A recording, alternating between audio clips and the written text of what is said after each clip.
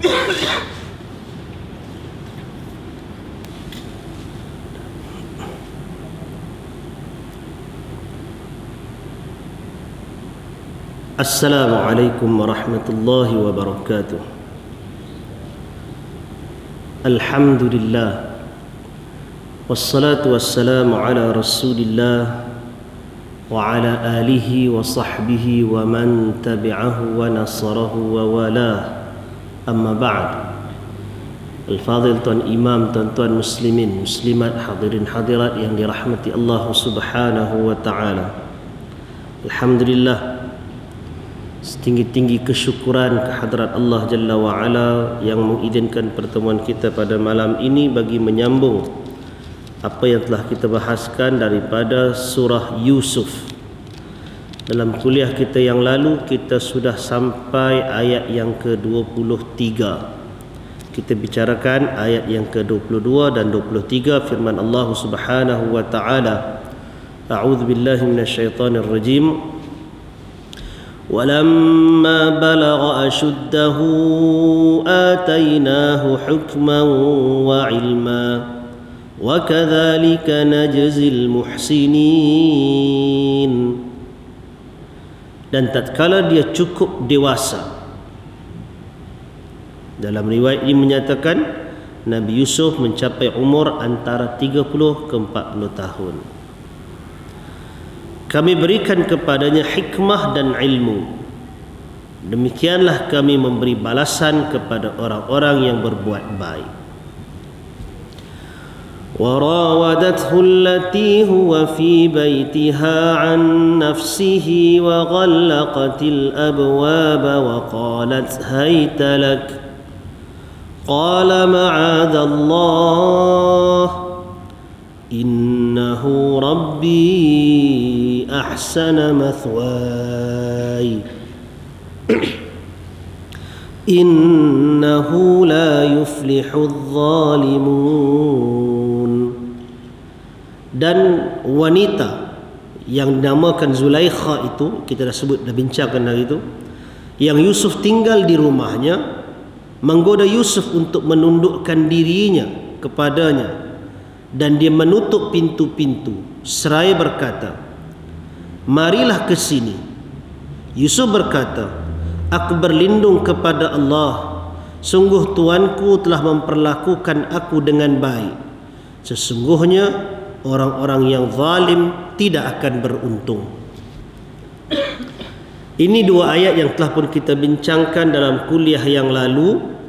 Sebagai satu ringkasan kepada tuan-tuan, ingat balik, kita nak bawa balik cerita ni, yang mana Nabi Yusuf alaihi salam, hak yang kita cerita hari itu, dah dibeli oleh pembesar Mesir ini, lalu dibawa pulang ke rumahnya. Dia pesan pada istrinya, jaga dia ni elok-elok, bagi tempat tinggal yang elok, barangkali dia boleh memberi manfaat kepada kita, ataupun kita jadikan dia sebagai anak. Bertahun-tahun Nabi Yusuf duduk di rumah tu dengan lelaki dan perempuan ini, suami isteri ini, sampai satu ketika perempuan itu sudah buat satu perkara yang di luar jangkaan. Warawadathu. Quran ceritakan, Allah Ta'ala ceritakan, perempuan ini telah menggoda Yusuf. Dia goda Yusuf, dia tutup pintu yang ada. Maknanya tinggal mereka hanya berdua, empat mata bertentang, tinggal berdua. Dan disebutkan perempuan itu kata, hai talak, marilah kamu kepadaku, marilah sini. Para ulama qurra sebahagian besarnya membaca dengan lafaz hai talak, maknanya mai sini, kamu mai datang sini, dengan panggilan yang lembut dan dengan panggilan yang menggoda. Sebahagian lagi qurra, sebahagian lagi ulama membaca dengan hitula. Maksudnya aku berkenan kepada kamu. Itu beza tuan-tuan. Kalau kita belajar baca Quran, bacaan Al-Quran, dia ada beberapa qiraat yang mutawatirah, yang masyhur dan seumpamanya.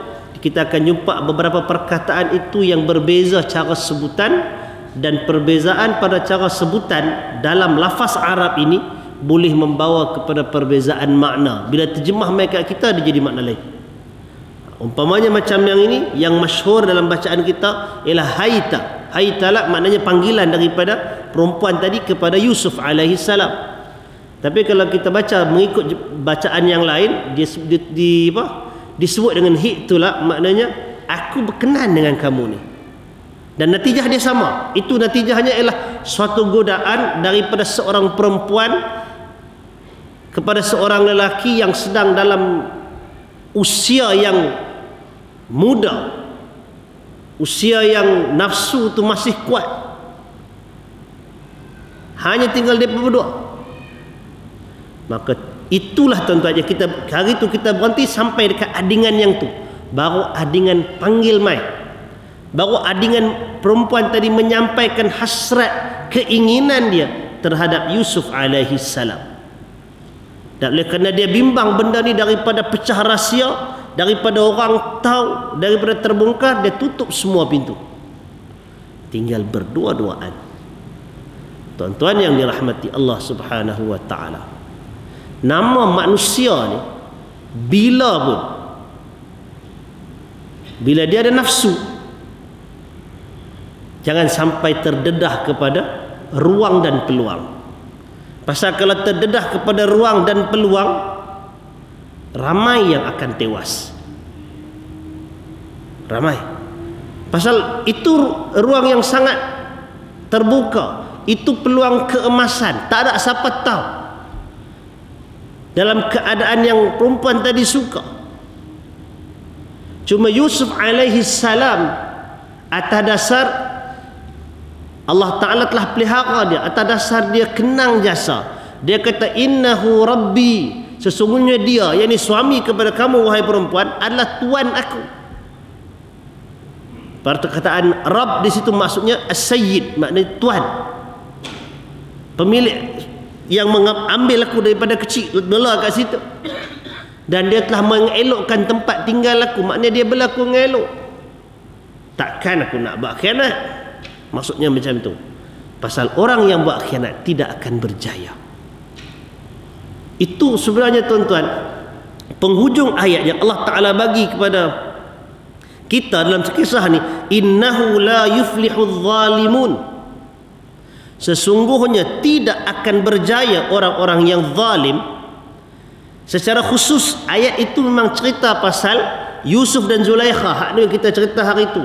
Yusuf tahu kalau dia sambut panggilan daripada Zulaikha tadi, kita katalah nama dia Zulaikha sebagaimana yang masyhur, kalau dia sambut, memang tak ada siapa tahu pada waktu tu. Kalau mereka berdua simpan rahsia tu elok-elok, siapa pun tak sedar. Tetapi Yusuf tahu juga bahawasanya kalau dia sambut seruan daripada perempuan itu tadi, maka itu merupakan suatu pengkhianatan, khianat kepada orang yang telah bela dia elok-elok, khianat pada orang yang telah berbakti, buat baik dengan dia, dan khianat kepada harga diri sebagai seorang manusia, sebagai seorang hamba kepada Allah Subhanahu wa ta'ala. Dan bila dia khianat, orang yang melakukan khianat ini sebenarnya melakukan kezaliman, zalim kepada Allah Subhanahu wa ta'ala pasal melanggar peraturan Allah Ta'ala, zalim kepada lelaki yang telah bela dia elok-elok pasal berlaku curang dengan isteri lelaki itu zalim. Zalim kepada perempuan walaupun perempuan tu yang ajak, pasal nanti kalau apa-apa jadi, kalau kata nak mengandung ke apa ke, Yusuf tak kena, perempuan tu yang akan mengandung. Zalim pada diri sendiri pasal apabila melakukan sesuatu yang dilarang oleh Allah Subhanahu wa ta'ala, yang akan diterima ialah kemurkaan daripada Allah, dan kemurkaan itu membawa kepada azab api neraka. Itu kezaliman. Dan bila Yusuf menyedari perkara ni, dia tahu tu, dia kata la yuflihudz zalimun, orang zalim tak akan berjaya. Sungguh pada waktu dan ketika itu siapa pun tak tahu misinya berjaya Mereka boleh berseronok-seronok, katalah lagu tu, tapi benda ni takkan kekal lama. Satu ketika nanti dia akan terbongkar juga. Allah Maha Kaya. Pasal tu tuan-tuan, daripada cerita ni, Allah Ta'ala cerita tentang peristiwa ni bukan terhad pada peristiwa ni. Para ulama sebutkan tentang lafaz Al-Quran. Para ulama menyatakan al-ibratu li'umumil lafzi la li khususis sabab. Satu-satu pengajaran itu adalah dengan keumuman lafaznya, bukan dengan sebabnya yang khusus. Dalam arti kata lain, tidak berjayanya orang zalim bukan hanya kisah Yusuf dengan Zulaikha. Tidak berjayanya orang zalim adalah untuk semua manusia, setiap ketika dan setiap keadaan. Kita boleh buat naya ke orang, kita boleh buat zalim pada orang, siapa pun tak tahu, bertahun-tahun barangkali kita menzalimi. Satu ketika nanti benda itu akan terbongkar dan terbongkar. Sama ada kita masih hidup ataupun yang kita bimbang bila kita dah mati nanti benda itu akan terbongkar. Tuan-tuan yang dirahmati Allah Subhanahu wa taala, pasal tu kita kena sentiasa ingat Allah ni Maha Kaya. Allah Maha pemberi balasan. Allah Maha membalas dendam. Allah tidak pernah lalai dan leka. La ta'khudhuhu sinatu wala naum. Hak tu kita duk baca ayat kursi kan. Allah tak mengantuk dan Allah tak tidur. Maka apa saja yang kita buat, kalaulah kita menganiaya orang lain, kita menzalimi orang lain, kita tipu orang lain, kita khianati manusia, masa kat sini mungkin tak kena apa-apa, tapi pada hari pembalasan nanti, pada waktu itu siapa yang boleh selamatkan kita apabila dituntut dan didakwa oleh setiap mangsa yang teraniaya. Tak usah cerita hak besar-besar, hak isu negara, isu apa semua tu. Ambil kutip semua dalam aspek kehidupan kita, sampailah kepada yang sekecil-kecilnya. Dan kena ingat ayat ini sangat kuat kesan dia. La yuflihudz zalimun. Orang zalim dia takkan berjaya. Dunia mungkin berkuasa, dunia mungkin orang sanjung, dunia mungkin orang hormat, tapi di akhirat nanti baru kita akan tahu hakikat yang sebenarnya. Baik hadirin mukminin yang dirahmati Allah, itu pengajaran yang telah pun kita bicarakan dalam kuliah yang lepas. Kita tengok ayat yang berikutnya. A'udzubillahi minasyaitonirrajim. Walaqad hammat bih wa hamma biha laula an ra'a burhana rabbih kadzalika linasrifa anhu as-su'a wal fahsya innahu min ibadina al-mukhlasin. Sesungguhnya wanita itu telah bermaksud melakukan perbuatan itu dengan Yusuf, dan Yusuf pun bermaksud melakukan pula dengan wanita itu, andai kata dia tidak melihat tanda dari Tuhannya. Demikianlah agar kami memalingkan daripadanya kemungkaran dan kekejian. Sesungguhnya Yusuf itu termasuk dari kalangan hamba-hamba yang terpilih. Tuan-tuan yang dirahmati Allah, ayat yang kita baca ni menggambarkan situasi yang seterusnya. Tadi perempuan tu goda, tutup pintu, ajak. Dia jawab dah. Dia jawab tak mau. Dia beritahu yang tu. Tapi tuan-tuan, nak ceritanya ini adalah manusia, dan cerita Quran bukan cerita yang sia-sia. Para ulama tafsir bila bincangkan ayat ini, ada beberapa pendirian tafsiran mereka. Salah satu tafsirannya ialah walaqad hammat bihi, dan perempuan tu kira dah sungguh teringin dengan Yusuf ni, dah nak buat dah, kira dah menggoda dan sudah hampir untuk dan bersedia untuk melakukan kecurangan dengan Yusuf. Tak tu. Itu kesediaan yang mutlak, redha, bila-bila pun dia on, dia boleh. Memang dia mau dah, dia teringin sangat dah. Dan Quran cerita, wa hamma biha, Yusuf pun teringin dengan dia. Baik, macam mana pula? Tadi habaq dah. Tuan-tuan, godaan syaitan ini sentiasa berterusan. Godaan syaitan sentiasa berterusan. Kita pun tuan-tuan, hari yang kita buat jahat sekali, bila kita nak buat, kita berbelah bagi. Masa kita teringat tak boleh buat ni, mai godaan syaitan sekali lagi, kadang-kadang tewas untuk kali yang kedua, baru nak bangkit pula. Maka sebilangan ulama tafsir menyatakan dalam ayat ini Yusuf juga tergerak hati untuk melakukan kecurangan. Wa hamma biha, itu pendapat yang pertama. Pendapat yang kedua di kalangan ulama tafsir kata dah, bukan maksud yang tu. Wa hamma biha tu maksudnya, dan Yusuf teringin nak pergi pukul perempuan tu.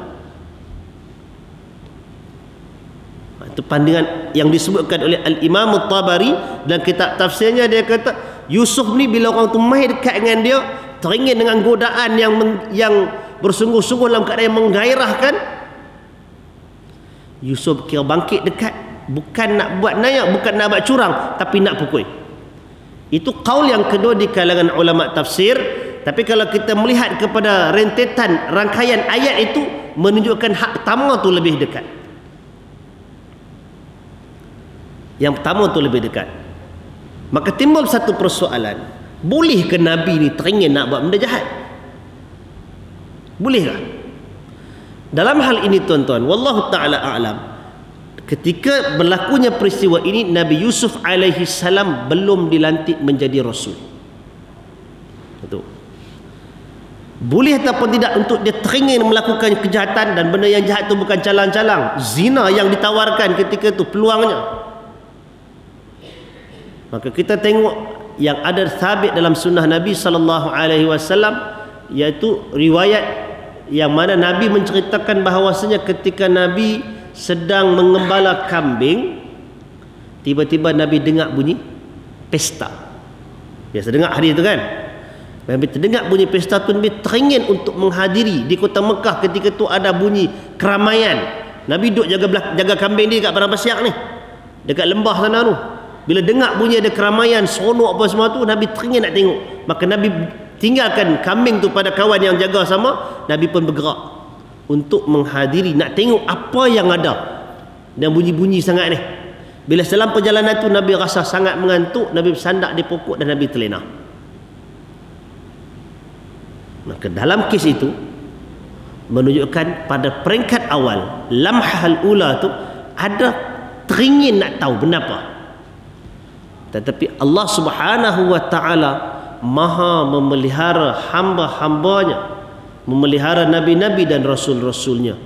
Dan bukan dekat nabi dan rasul, Allah pelihara di kalangan hamba-hamba yang saleh, yang terpilih di kalangan banyak-banyak hamba. Maka Allah selamatkan manusia-manusia ni. Ada sebuah hadis Nabi sallallahu alaihi wasallam, hadis yang diriwayatkan oleh Al-Imam Muslim, hadis Bukhari dan Muslim, daripada Abi Hurairah radhiyallahu anhu.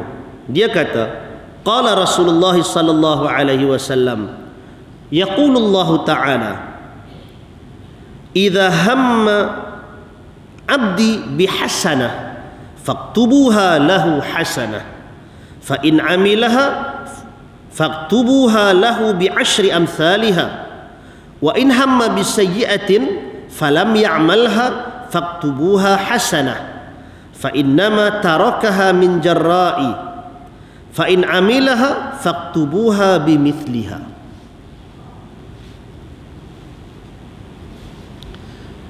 Tuan-tuan yang dirahmati Allah, apa kata Nabi sallallahu alaihi wasallam? Abu Hurairah radhiyallahu anhu mencatatkan Nabi sallallahu alaihi wasallam bersabda, yaqulullah, Allah taala berfirman. Maka hadis yang seperti ini dengan lafaz yang begini termasuk dalam kategori hadis kursi. Hadis kursi maksudnya ialah Nabi menyebut perkataan dan Nabi sandarkan perkataan itu kepada Allah taala. Tapi dia bukan Quran. Yang ni hadis, hadis kursi. Nabi kata Allah Ta'ala yang sebut.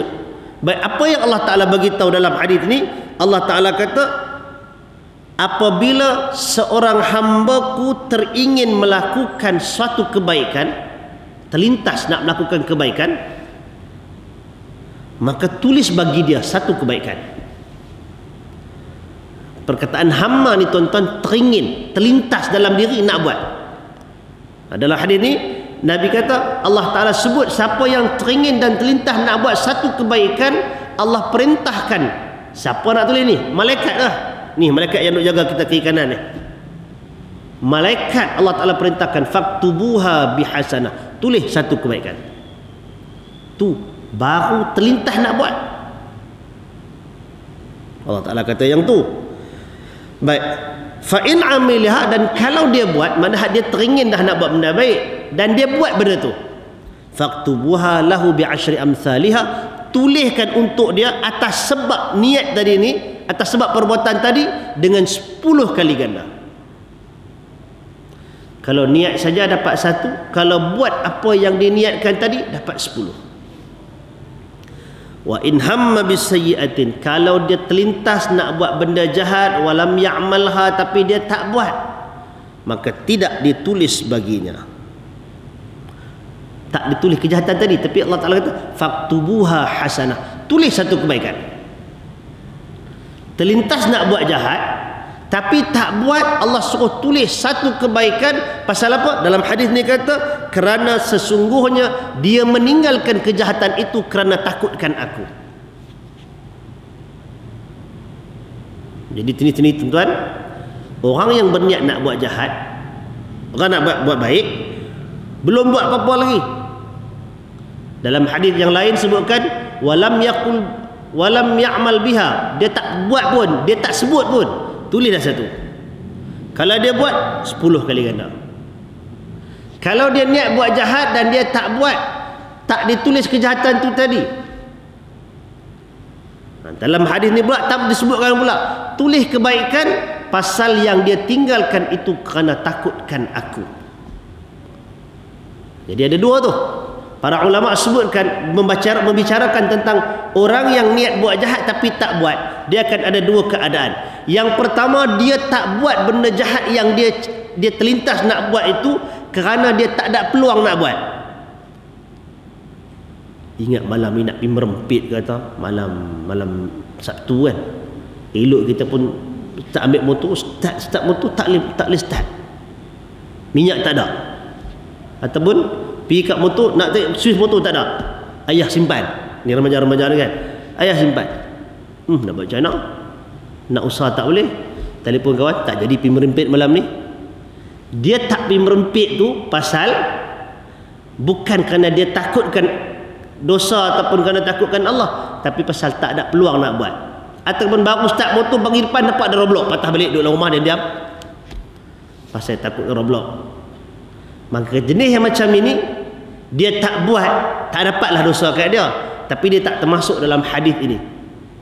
Kalau orang tu terlintas nak buat jahat, bila dia teringat nak buat, tiba-tiba kata, satgi kalau aku buat ni nanti benda ni berdosa. Bila berdosa, Allah Ta'ala murka. Kalau murka, satgi takut masuk neraka.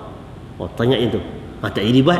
Yang ni duduklah hadis ni, dapat satu pahala kebaikan pasal tak buat kerana takutkan Allah. Itu yang dimaksudkan dalam hadis ini. Tapi kalau dia buat juga, Nabi kata, Allah Ta'ala sebutkan, tuliskan baginya yang setimpal dengannya. Mana yang satu kejahatan dia cadang, dia buat yang tu, maka banyak tu yang dia dapat. Hadis riwayat Al-Bukhari dan Muslim. Baik, apa kaitan hadis itu dengan cerita Yusuf tadi? Kaitannya ialah, kata Al-Imam Ibn Kathir, kaitannya ialah Quran ceritakan Yusuf teringin, terlintas dalam fikiran Yusuf untuk menyahut godaan wanita ni tadi. Dia teringin yang tu. Tiba-tiba Allah Ta'ala sebut, laula ar-ra'a burhana rabbi, laula ar-ra'a burhana rabbi, andai kata dia tidak melihat tanda dari Tuhannya.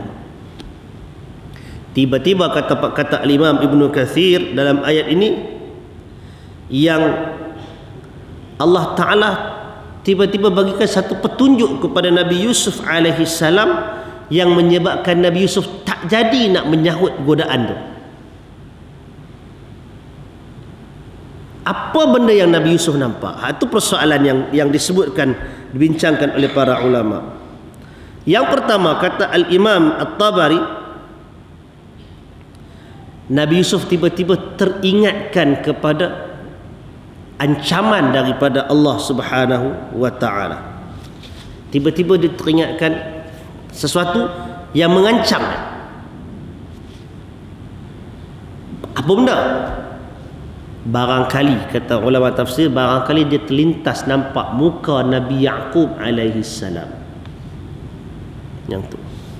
Ada yang kata bahawasanya barangkali terlintas pada Nabi Yusuf ini muka tuan dia yang bela dia tadi ni. Dan ada juga di kalangan ulama yang menyatakan bahawasanya dia nampak sesuatu yang dia faham, bahawa terlintas pada benak pemikiran dia bahawasanya kalau dia buat, dia akan ditimpa malapetaka, dia akan dikira sebagai orang zalim dan dia akan berdosa. Tak ada satu dalil yang jelas yang menyatakan sebenarnya apa yang Yusuf nampak. Tak ada. Itu semua andaian. Yang ada dalam Quran sebut laula ar-ra'ahu burhana rabbih. Laula ar-ra'a burhana rabbih. Kalaulah Yusuf tidak melihat burhan. Burhan ni petunjuk daripada Tuhannya. Jadi isunya dia ialah apa bentuk petunjuk itu. Macam-macam orang dakwah. Dalam kes ini tuan-tuan, kita katakan tadi para ulama seperti Ibnu Kathir menyatakan apa-apa saja barangkali. Tapi yang penting benda yang terlintas, yang ternampak. Tadi kejahatan tadi terlintas dalam benak pemikiran Yusuf nak buat. Sekarang ni masa dia nak buat tu terlintas, dia ternampak, dilihatkan, diperlihatkan kepada dia sesuatu petunjuk daripada Allah yang menghalang dia daripada melakukan kejahatan tu. Yang tu. Itu yang jelas dalam Quran sebut yang tu. Pendetilan dia bentuk apa yang Nabi Yusuf nampak, hak tu tak sebut dalam Quran dan juga tidak disebut dalam hadis. Apa-apa saja barangkali. Macam kita tuan-tuan bayang kalau diri kita sendiri pun barangkali hari teringin nak buat benda jahat, bila nak buat teringin, satgi kalau buat jadi macam tu, jadi macam-macam terlintas dalam kepala. Itu juga burhan daripada Tuhan yang menghalang kita daripada buat jahat.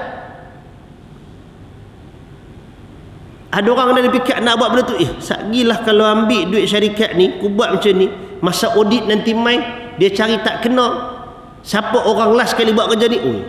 Semua rentetan benda andaian-andaian tu masuk dalam kepala menyebabkan baik tak sah, jangan cari reba, cari kena tangkap ke apa ke. Ataupun di saat kita diamanahkan untuk pegang tabung ke apa ke, tabung bencana sana bencana sini, kita pun nak collect semua. Ini ni kalau ambil ni buat lari bagus juga ni, bukan orang nak tak. Tiba-tiba teringat satgi aku ambil yang ni nak bagi makan anak bini makan benda tak berkat, satgi anak nak jadi apa, isteri nak jadi apa, keluarga nak jadi apa. Panjang yang kita fikir tu, itu juga termasuk dengan burhan daripada Tuhan yang menghalang kita daripada melakukan kejahatan. Jadi tak semestinya terbayang satu muka dan dua muka dan sebagainya. Jadi kerana itu tak tepat sebenarnya, tak tepat pendekatan yang diambil oleh segelintir kalangan tarikat yang menjadikan ayat ini sebagai satu hujah. Kononnya untuk khusyuk dalam ibadat kena bayang gambar dan muka syekh. Tok guru tarikat tu masa kita nak berzikir kena gambarkan, bayangkan muka tok syekh, baru jadi khusyuk, baru jadi lebih dekat makam dengan Allah Ta'ala.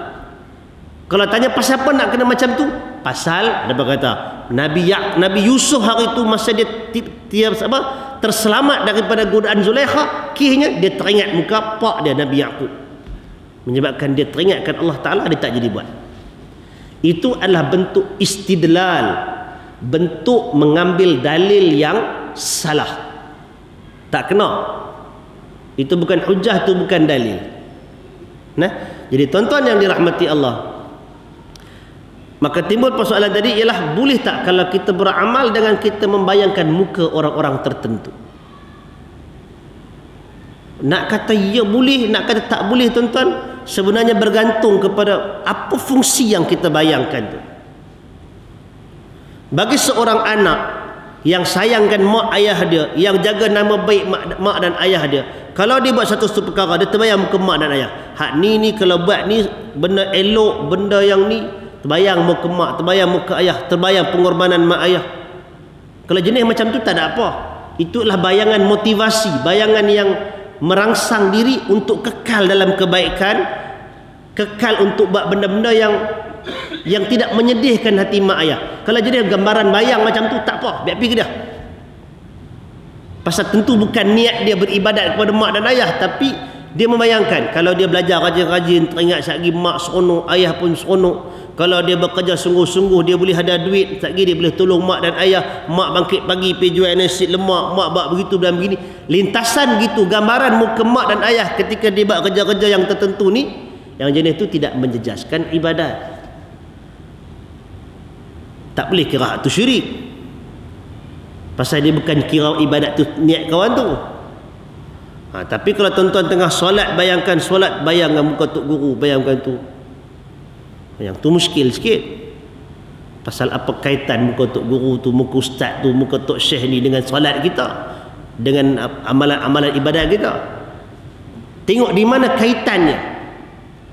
Kalau kita nak buat satu-satu ibadat, kita macam mana nak buat ni? Kita pun bayang muka ustaz kita, muka tok guru kita, kita teringat apa yang dia terangkan, apa yang dia gambarkan, apa yang dia kaifiat macam mana nak buat. Jadi bayangan yang macam tu tak jadi masalah. Dia visualkan balik apa yang kita belajar kan. Jadi bayangan yang macam ni tak apa. Cuma yang kita katakan tadi, apabila segalangan sebahagian, bukan semua pun, sebahagian ahli tarekat yang dakwah bila dia berzikir dan sebagainya, kena bayang, mesti nak kena bayang muka tok syekh sekian-sekian. Yang tu kita bimbang, dia tidak menepati ajaran yang sepatutnya. Itu sangat kita bimbang. Jadi tuan-tuan yang dirahmati Allah, amalan kita tak banyak, kita pun bukanlah rajin sangat nak buat amalan banyak-banyak. Jangan sampai amalan hak sikit tu kita cemarkan dia dengan perkara-perkara yang tak perlu. Bimbang dia akan menjadi amalan yang tertolak. Kita nak bawa apa jumpa Allah Ta'ala nanti kalau amalan kita yang sikit pun kena tolak? Jadi biar kita buat tu hak mana ikut skema, ikut petunjuk yang diajarkan oleh Rasul sallallahu alaihi wasallam. Baik. Dan ayat yang berikutnya, bukan ayat, fasa yang berikutnya daripada ayat ini, Allah Ta'ala kata, kadzalika, yang demikian itu, linasrifa anhu su', agar kami memalingkan daripadanya kejahatan. Allah Ta'ala lintaskan kepada Yusuf tadi gambaran yang menghalang dia daripada menyahut seruan zina tadi. Allah Ta'ala kata itu tujuannya untuk memalingkan Yusuf daripada kejahatan dan kekejian. As-su' itu kejahatan, keburukan, maknanya melaku zalim, khianat, itu satu keburukan. Fahsya ni dalam nas biasanya merujuk kepada kejahatan yang berkaitan dengan hubungan seksual, hubungan lelaki dan perempuan dan yang seumpama dengannya, itu fahsya. Kita baca dalam Al-Quran, Allah Ta'ala sebut, inna salata tanha anil fahsya'i wal munkar. Sesungguhnya salat itu mencegah daripada perbuatan keji dan mungkar. Awak keji dan mungkar tak sama ke? Keji itu mungkar, kemungkaran itu juga kekejian. Tetapi kekejian itu dia lebih spesifik kepada yang berunsur hubungan jantina, hubungan lelaki perempuan, bahkan na'udzubillah kot lelaki dengan lelaki ataupun perempuan dengan perempuan. Semua jenis kategori dia. Daripada sekecil-kecil perkara, main mengorat, main kenjit mata, main sembang dalam bentuk yang ghairah, sampailah kepada yang paling besar, berlakunya penzinaan. Itu semua dalam kategori fahsya. Adapun mungkar yang selain daripada kejahatan tu, tipu orang, buat zalim kat orang, pukul orang, tinggal solat derhaka mak ayah, apa lagi, songlak itu dan ini, itu dikira sebagai mungkar. Baik, jadi dalam ayat ini Allah Ta'ala kata Allah palingkan Nabi Yusuf daripada perkara-perkara itu, dan Allah Ta'ala tegaskan kepada kita, innahu, sesungguhnya dia, Ini penegasan daripada Allah Ta'ala, pengiktirafan ke atas Nabi Yusuf alaihi salam. Sesungguhnya dia, yakni Yusuf itu, min ibadina, dari kalangan hamba-hamba kami, al-mukhlasin, yang terpilih. Dari kalangan hamba-hamba yang dipilih oleh Allah Subhanahu wa Ta'ala, dari kalangan hamba yang baik. Di situ tuan-tuan, satu isyarat yang jelas kepada kita, Allah Ta'ala tegaskan kemuliaan Nabi Yusuf alaihi salam. Allah Ta'ala bagi tahu Allah pilih Nabi Yusuf alaihi salam. Dan yang berikutnya nak bagi tahu, bukan Yusuf tu seorang yang telah Allah pilih. Sebelum daripada Yusuf sudah ada ramai lagi manusia yang baik-baik yang dipilih oleh Allah Ta'ala. Dan selepas daripada Yusuf juga ada ramai lagi di kalangan manusia yang dipilih, dan mereka ini ialah nabi-nabi dan rasul-rasul Allah Subhanahu wa Ta'ala. Baik, habis yang tu, kita tengok aksi yang berikutnya. A'udzubillah. واستبق الباب وقدت قميصه من دبر وألف يا سيدها لدى الباب قالت ما جزاء من أراد بأهلك سوءا إلا أن يسجن أو عذاب أليم. واستبق الباب, dan kedua-duanya berlomba-lomba menuju ke pintu. Tuan-tuan kalau nak bayangkan, berimajinasi, kau tu main goda, tak tahu lah macam mana bentuk godaan tu, kok dia terbaring ke, dia terlentang ke, terlungkup ke. Bila Nabi Yusuf main nak dekat, tiba-tiba tak jadi. Nabi Yusuf lari, dia pun lari, dia pun mengejar Nabi Yusuf. Kedua-duanya menuju ke pintu. Dah tentulah yang seorang ni menuju ke pintu, Nabi Yusuf AS, pasal nak keluar. Hak seorang lagi menuju ke pintu, nak tutup pintu tu, jangan bagi keluar. Tu wastabaqal baba. Dan wanita itu menarik baju gamis Yusuf dari belakang hingga koyak. Kalau kita boleh bayang tadi kan, daripada dua orang tu, siapa yang lari dulu? Tentu Yusuf kan, pasal dia yang melarikan diri. Bila Yusuf lari, perempuan tu duduk belakang. Bila perempuan tu duduk belakang, nak bagi jangan sampai Yusuf sampai dulu kat pintu dia boleh buka, dia capai, dia dan capai belakang baju Nabi Yusuf alaihi salam, dia sentak, dia tarik kaun tepi ke depan, koyak. Sebahagian riwayat ceritakan bahawasanya Nabi Yusuf jatuh, bangkit balik, tapi dia dan tarik, koyak baju tu. Oh, kalau kita cerita genting ni tuan-tuan, nak tunjukkan apa? Betapa Yusuf alaihi salam ni bangkit balik walaupun dah kena tarik. Baju jenis apa yang sampai koyak ni? Baju biasalah kan, tapi kalau tarik tu sampai koyak, maksudnya apa? Bersungguhnya dua-dua pihak ni. Yusuf pun bersungguh nak larikan diri, perempuan ni bersungguh-sungguh nak halang Yusuf daripada lari. Tuan-tuan nak kena ada imajinasi itu, bayang tu macam mana. Dan tiba-tiba wa alfaya sayyidaha ladal bab, kedua-duanya mendapati suami wanita itu di muka pintu.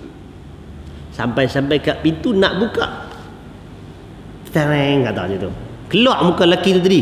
Hak tuan tadi muncul lepas tu. Yusuf dengan baju dah terkoyak kat belakang, hak perempuan ni duduk kat sini. Maknanya kalau kita tengok, tuan tu duduk diri tadi kat pintu, Yusuf datang ni, belakang tu perempuan. Terkejut, mesti terkejut punya. Nampak macam mana wanita yang licik ini nak pelepah diri dia. Allah Ta'ala sebutkan dalam ayat ni. Terus, tak ada apa-apa. Qalat, wanita tu berkata, apakah pembalasan terhadap orang yang bermaksud berbuat curang dengan isterimu selain dipenjara atau dihukum dengan azab yang pedih? Dandan dia pergi mengadu kat lelaki dia. Apakah balasan yang paling sesuai untuk dia ni. Pasal dia cuba berlaku curang. Dia tuduh Yusuf alaihi salam yang cuba goda dia, Nabi Yusuf yang cuba perkosa dia. Itu maknanya apa? Mengalih isu. Alih isu. Tuan-tuan, orang jahat, nak tahu orang jahat tu, tapi itu memang skill. Itu memang skill dalam pertarungan. Bila bertarung, bila kita bertengkar ke, bila kita berbincang ke, kadang-kadang ada takut kalah sebagainya, cepat-cepat alih isu yang lain. Alih isu yang lain supaya fokus tu hilang. Nampak? Kadang-kadang sama juga dalam banyak keadaan. Bila ada berlakunya perbincangan, kita bincang satu tajuk, tak kira urusan dunia ke, urusan agama ke, bila kita tengah bincang, ataupun urusan suami isteri sekalipun, bila tengah bincang rasa macam tak menang cekak dan sebagainya, terus kena akut lain. Barangkali suami isteri kalau bincang satu tajuk, rasa macam tak kan, dia mula merawit benda-benda yang lain yang tak berkaitan dengan tajuk. Pergi kutip balik salah hak lama-lama, salah hak kemarin, salah hak minggu lepas, nak bagi sokong hak hari ni pun sama. Padahal kadang-kadang tajuk tu boleh diasingkan. Biasa-biasa jadi benda tu. Bertengkar dengan kawan, baru nak bincang tajuk tu, rasa macam dia akan alih isu. Bincang tajuk agama yang sepatutnya boleh bentangkan nas, dalil, Quran, hadis, apa pandangan ulama tentang dalil-dalil ni, tak dan masuk tajuk tu, terus pergi cerita benda lain. Kena ambil isu yang lain. Apalah nak bincang tajuk ni orang dah bincang lama, banyak lagi kemungkaran lain yang pun tak sibuk, hak ni lah pun nak sibuk bincang. Mula nak kata macam tu dia kona supaya lari daripada isu. Kalau orang yang jahil, orang yang tak tahu apa-apa, yang tak boleh menilai dengan waras dan siuman, dia akan kata betul, tinggal tajuk tu terus sibukkan dengan isu-isu sampingan. Itu cara nak kelepiak, kata-kata, cara nak larikan fokus daripada bincang. Pasal tu tuan-tuan, nak sebut, kalau ada di kalangan tuan-tuan ni, kita ni bincang satu tajuk berkaitan dengan agama, duduk elok-elok bincang habis-habis tajuk tu secara fokus. Sebutlah apa saja tuan-tuan nak bincang. Apa tajuk? Apa tajuk yang orang bincang? Kita ambil contohlah satu. Ini belum Rabi awal, Rabi akhir. Rabi awal. Apa tajuk yang senang? Kita ambil tajuk biasalah, malam kemarin kan. Baca Yasin malam Jumaat. Baca Yasin malam Jumaat. Bukanlah isu yang besar sampai nak pecah negara apa semua, tapi orang biasa orang bincangkan. Kalau tuan-tuan setuju dengan tak setuju, duduk sama-sama, duduk elok-elok, bincang satu persatu. Cerita baca Yasin ni malam Jumaat. Apa perbahasan yang berkaitan dengan baca Yasin ni? Dari sudut dalilnya, dalil yang suruh ke, dalil yang larang ke, dalil umum, dalil khusus. Bincang elok-elok yang tu, dapatkan satu keputusan. Bukan mesti salah satu nak kena ikut satu pihak yang lain. Sekurang-kurangnya jelas pendirian masing-masing, sandarannya di mana. Supaya setiap orang boleh bangkit yang kata, ya kami memang nak baca. Pasal apa baca? Ini sekian senarai dalil yang kami ada. Ini senarai dalil Qurannya, ini dalil hadisnya, ini dalil yang umum, ini dalil yang khusus, ini pendirian ulama'nya. Yang kata tak, kami tak mau baca, kami kata tak betul benda tu, senaraikan pula. Masa lepas tu buat keputusan, nak ikut belah ni, nak ikut belah tu, secara adil, secara terbuka, ilmiah. Dan kalau kita kata pasal apa mereka tak join sekali, mereka pasal itu, tak apa, cukup lah. Mereka kata mereka tak mau macam itu. Itu baru fokus. Ini tak ada baru duduk sembang. Yang mereka tu memang macam tu, mereka tu grup yang ni, mereka tu grup yang tu. Hak mereka tu yang baca tu pasal tak kerti langsung, duduk ikut turun-temurun perangai macam Hindu. Bubuh terus macam tu. Itu tak betul. Ataupun yang kata mereka tu tak mau pasal mereka tu puak sekian tu, pihak sekian ni, itu tidak menyelesaikan masalah. Dan orang yang mula buat keluar tajuk, lari daripada fokus, perangai tu adalah perangai Zulaikha ni. Perangai tu adalah perangai licik, bisikan syaitan. Baru nak bincang tajuk tu. Apa siapa nak bincang tajuk baca Yasin malam Jumaat? Takkanlah boleh masuk neraka dengan baca Yasin tu. Banyak lagi tajuk lain. Orang tak baca Quran langsung, tak bincang langsung. cara nak alih, cara syaitan nak alihkan perbahasan supaya orang tak tahu. Contoh, di dalam kes Zulaikha dan, kita bernama Zulaikha lah kan, Zulaikha dan Yusuf ni tadi baru sampai depan pintu, tak dan tanya pasal apa hampa duduk kat pintu, pasal apa kita begini, terus dia pergi kata, tu Yusuf buat jahat dengan aku. Dia terus alihkan fokus tuan ni tadi. Dia satu tuduhan, Yusuf apakah yang layak untuk orang yang cuba buat naya, buat curang. Dia tak tuduh pada Yusuf. Satu, dia terus jatuhkan hukum. Tak ada lain, dua aja, sama ada kena penjara ataupun kena azab, kena pukul dengan azab yang pedih. Itu teknik. Quran ceritakan benda itu tuan-tuan. Dan teknik ini bukan Zulaikha seorang saja buat, merata teruk dunia. Setiap zaman akan ada watak yang seperti ini. Yang dia tak settlekan masalah, dia nak cara nak pelepaskan diri dia, hempuk semua atas orang, terus simpulan, buat satu kesimpulan kesalahan, dah jatuh hukum. Supaya pihak ketiga yang sama ada menjadi pengadil ataupun yang jadi penilai kepada kes tu akan terperangkap dengan emosi orang yang menuduh macam Zulaikha ni tadi, dia akan jadi sempit. Oh, dia bersalah, maka terus fokus penjara ataupun hukuman sebat, hukuman azab yang pedih. Dua cuba yang cuba disempitkan oleh Zulaikha. Dan ini yang diceritakan oleh Quran. Nampak? Zulaikha terus bagi pilihan hukuman kepada suami dia tadi. Lepas tu baru dia explainkan. Qala hiya rawadatni an nafsi. Yusuf bela diri. Wa shahida shahidun min ahliha in kana qamisuhu qudda min qublin fasadaqat wa huwa minal kadhibin. Yusuf berkata, hiya rawadatni an nafsi. Dia yang menggoda aku untuk menundukkan diriku kepadanya. Dan seorang saksi dari keluarga wanita itu memberikan kesaksiannya. Jika baju kamisnya koyak di hadapan, maka wanita itu benar. Dan Yusuf termasuk dari kalangan orang-orang yang berdusta. Maknanya tadi perempuan tu terus buat tuduhan, terus jatuh cadangkan hukuman. Yusuf pula beritahu pembelaan diri dia, dah dia yang goda saya untuk berlaku curang bersama dia. Maka ketika tu tuan-tuan, Quran tak cerita detail apa pertengkaran, hingat kecoh tak kecoh, takkan nak cerita semua kan. Dan takkan keadaan tu macam diam je. Secara manusiawinya akan adalah pertengkaran ke barangkali. Maka tiba-tiba Allah Ta'ala takdirkan syahida syahidun min ahliha, datang seorang saksi dari kalangan keluarga perempuan tu tadi. Baik, kenapa perlu watak ni datang daripada seorang keluarga perempuan tu?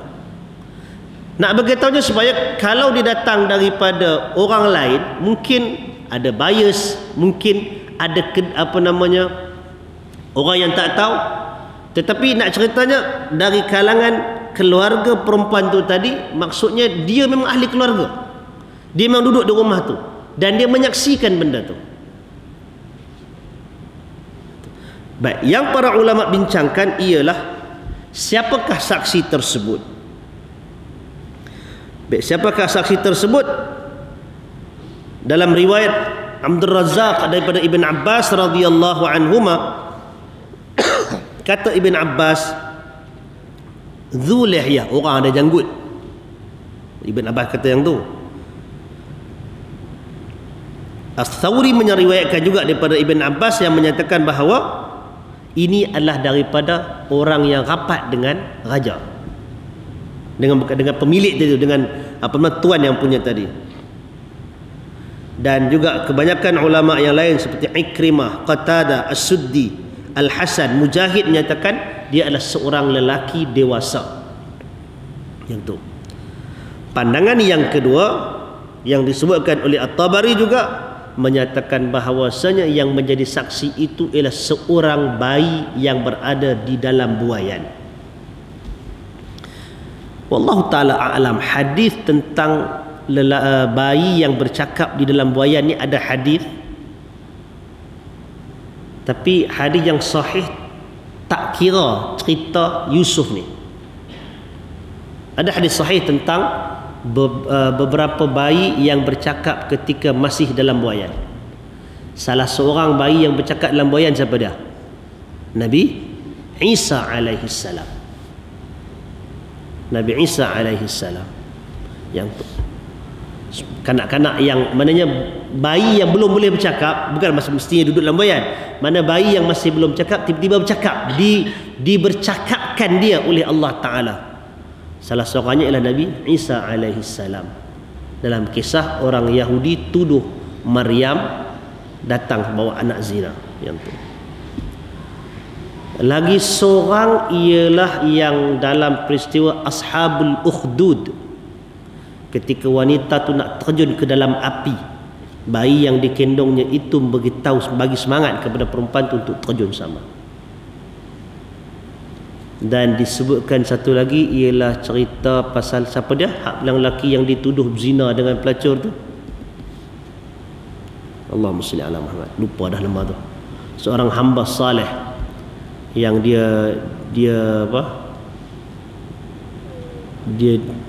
ajak berzina tapi dia tak mahu, kemudian perempuan tu tuduh dia yang berzina. Itu yang datang dalam riwayat, tapi cerita yang Nabi Yusuf ni tak termasuk dalam yang tu.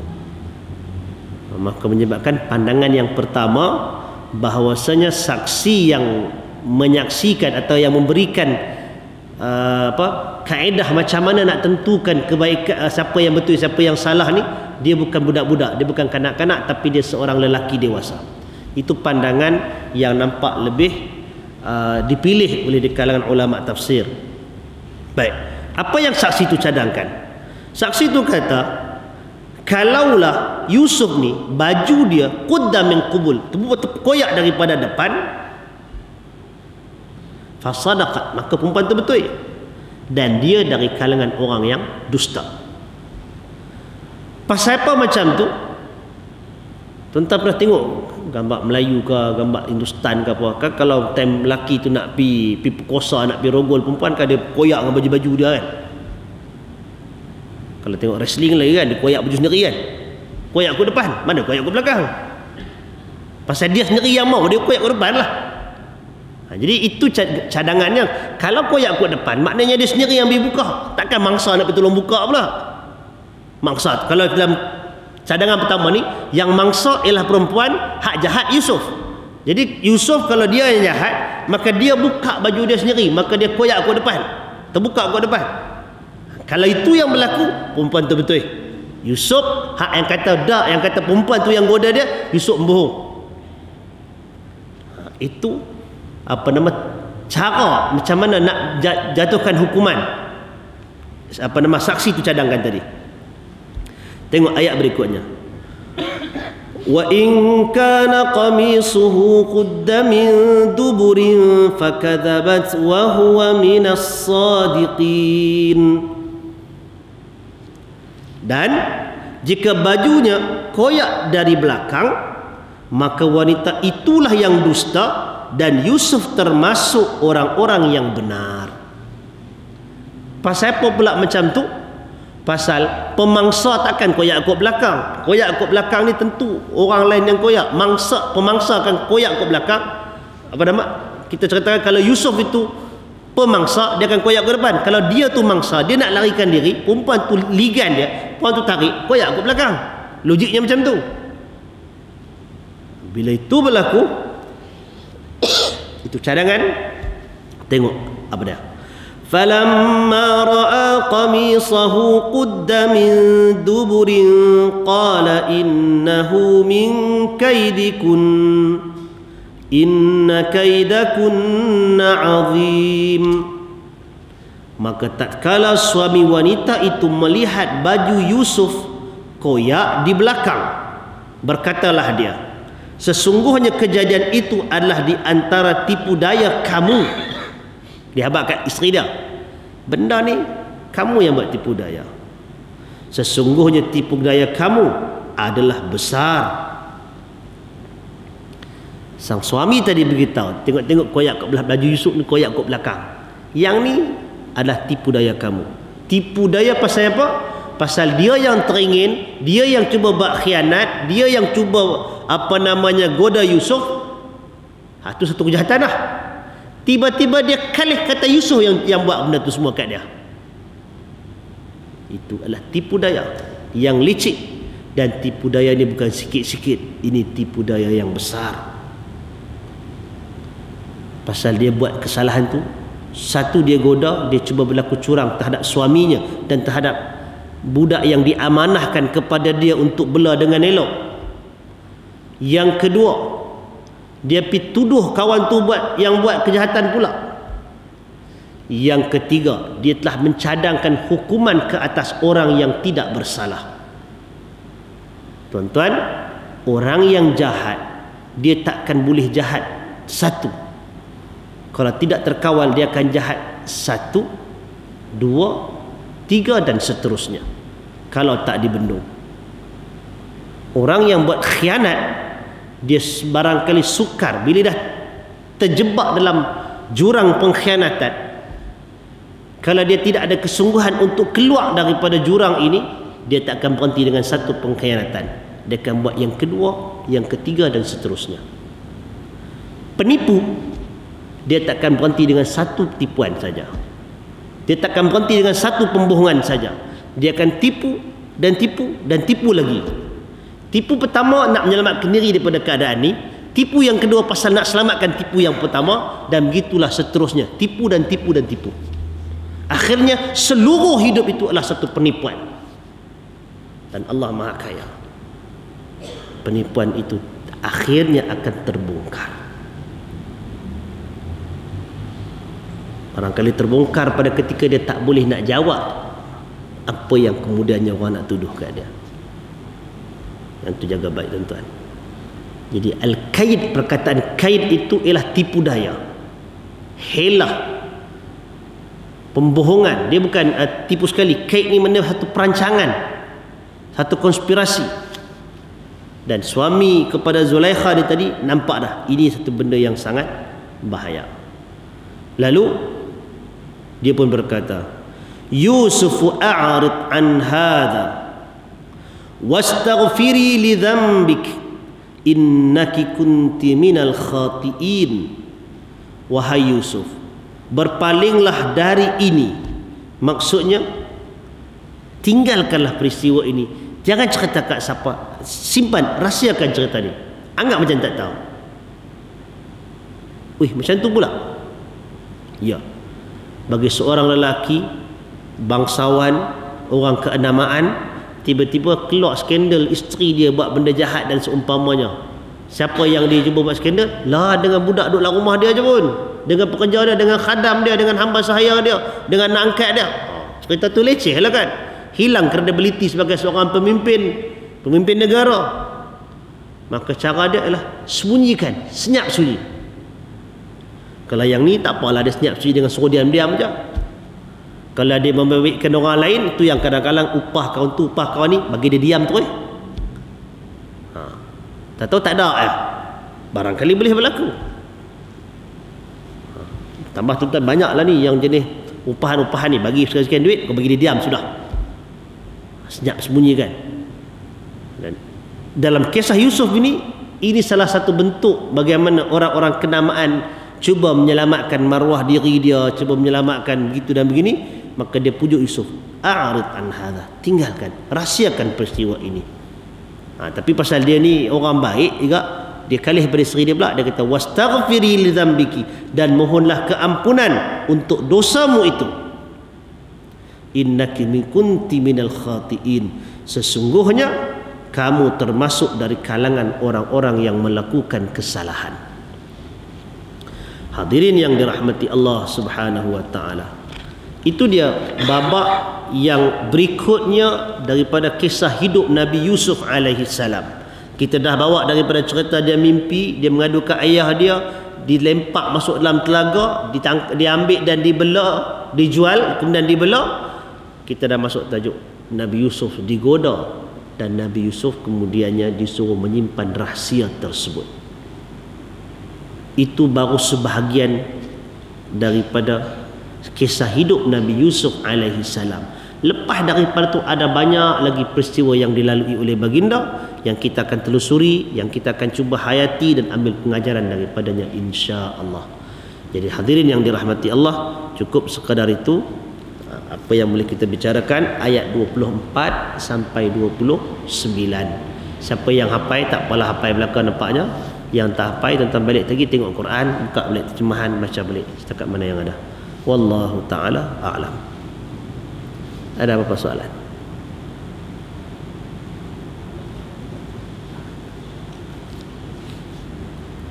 Tak ada apa nak? InsyaAllah setakat itu saja. Aqulu qawli hadha wa astaghfirullahal azim li wa lakum wa lisairil muslimin wal muslimat innahu huwal ghafurur rahim. Assalamualaikum warahmatullahi wabarakatuh.